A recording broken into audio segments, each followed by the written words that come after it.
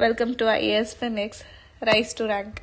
So, continuing with the recently launched course that is QR code for prelims, that is the quick recap.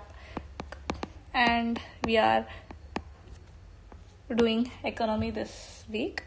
And today's topic is money and banking, which is huge as well as very important for UPSC. So, before starting banking, let's understand what is money. So what does come to our mind when someone tells money?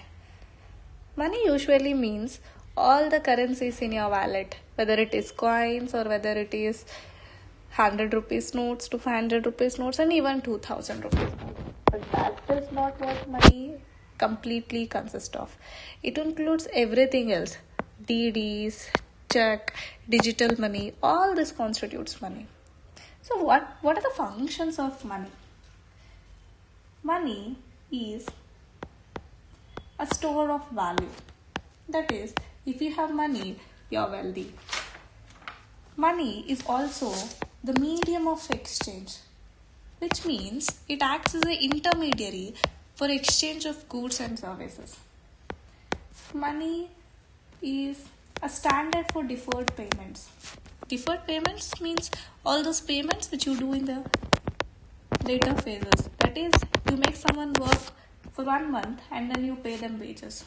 Or money is a unit of account. Money is used for determining the price of any good or for comparing the prices of two different goods. But historically, man did not have money.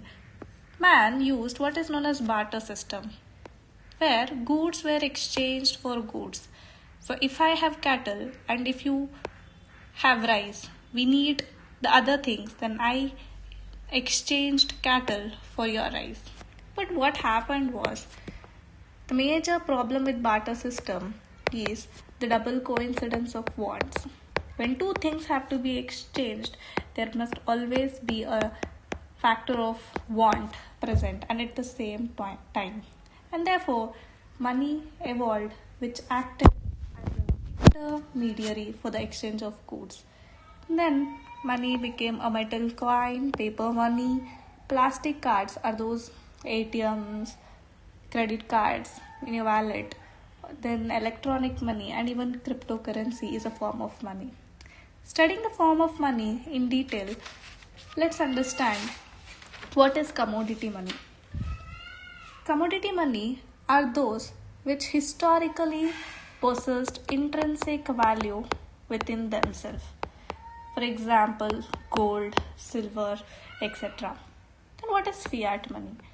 Fiat money are those which does not have any intrinsic value associated with them, but they get its value because of the authorization by the government.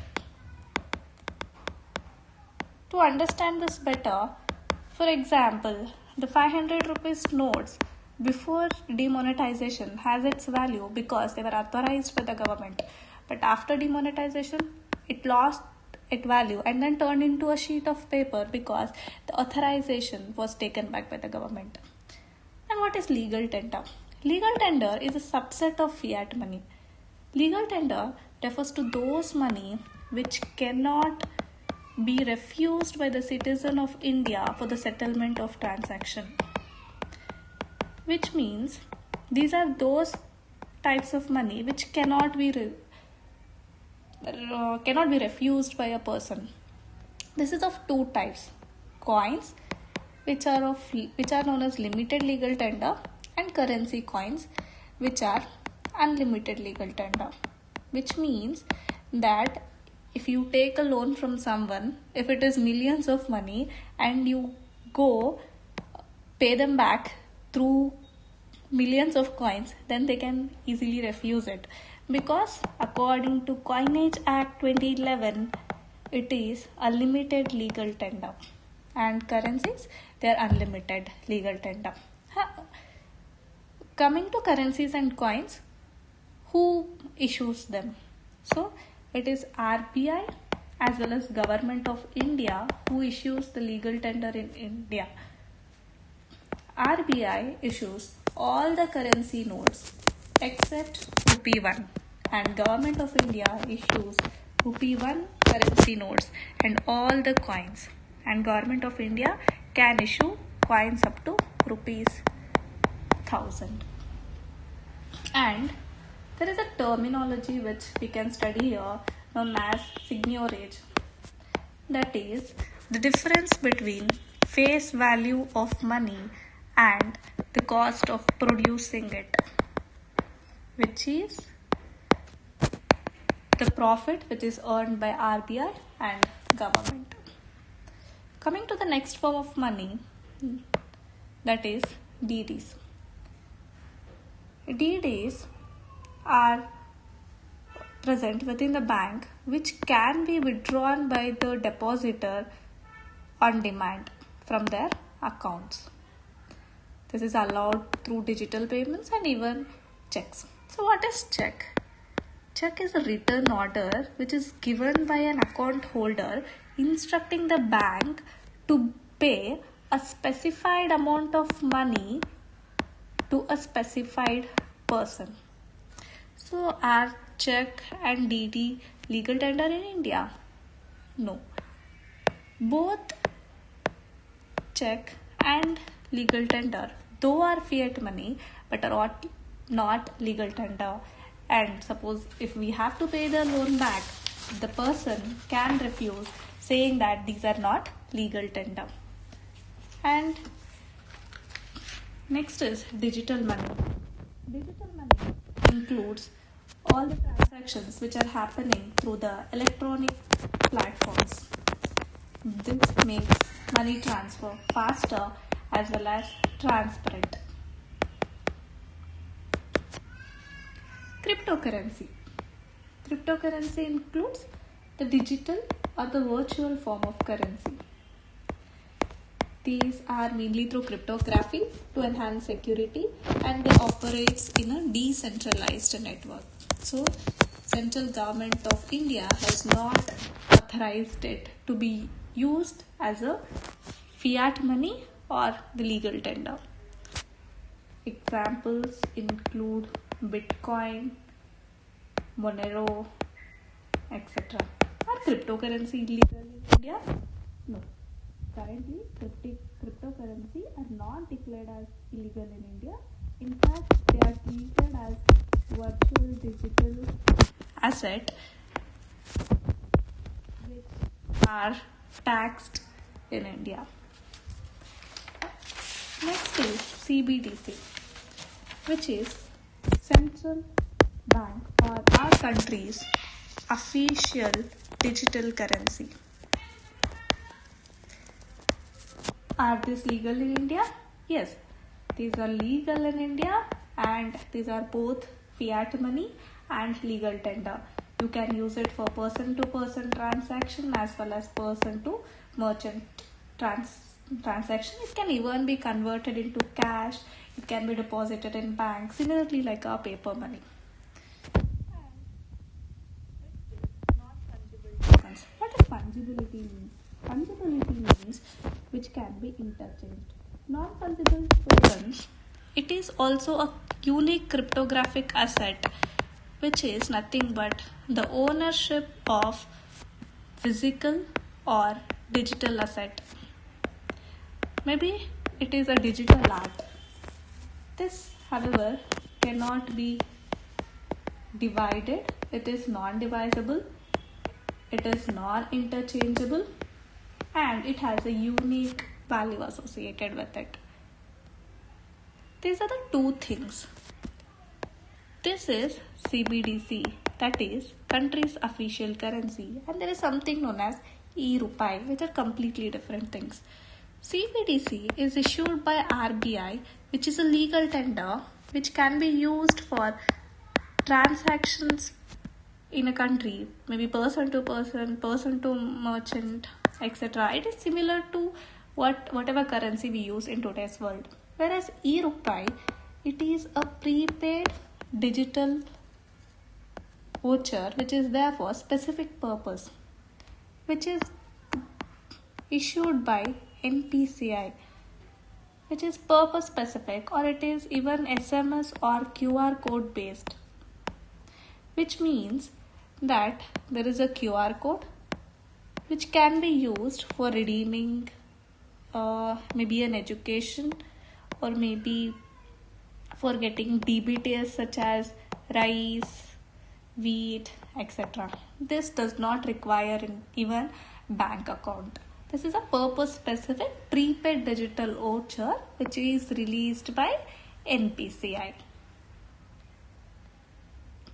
Now let's study what is money supply. Money supply is the total stock of money which is present in an economy at any given point of time. It is divided into different types.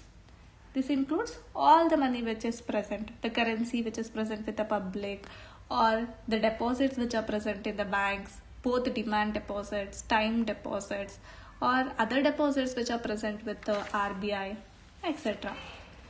So first type is M0.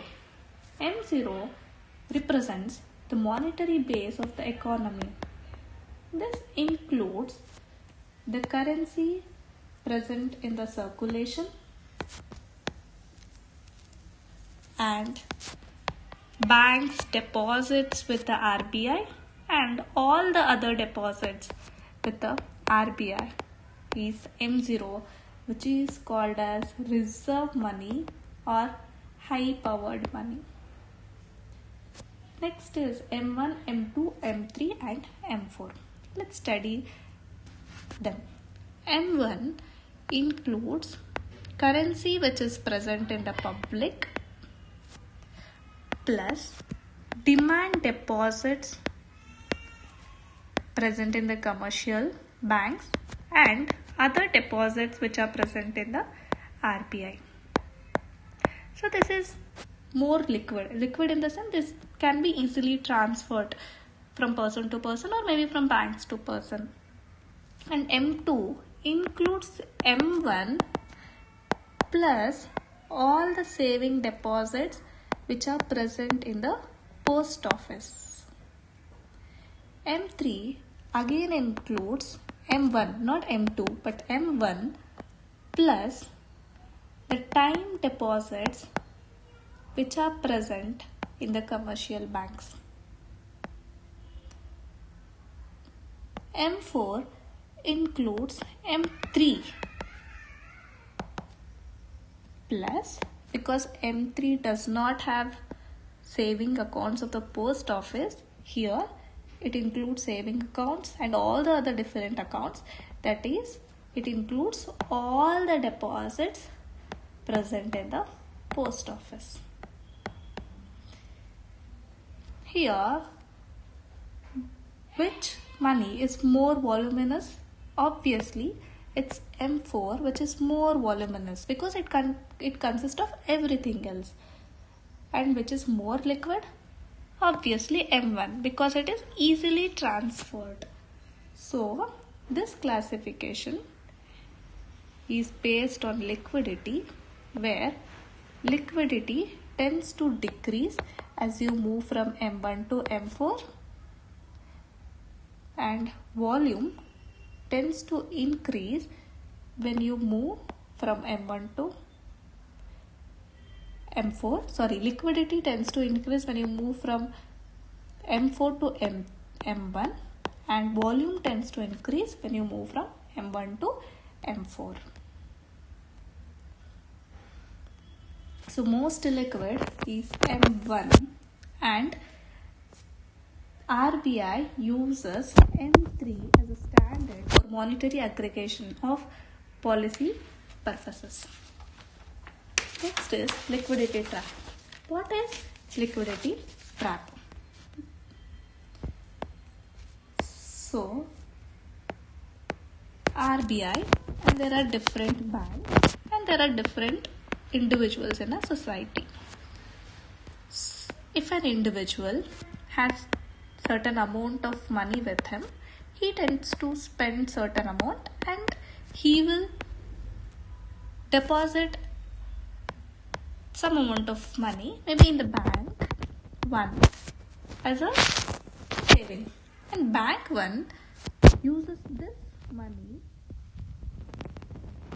to lend to another person.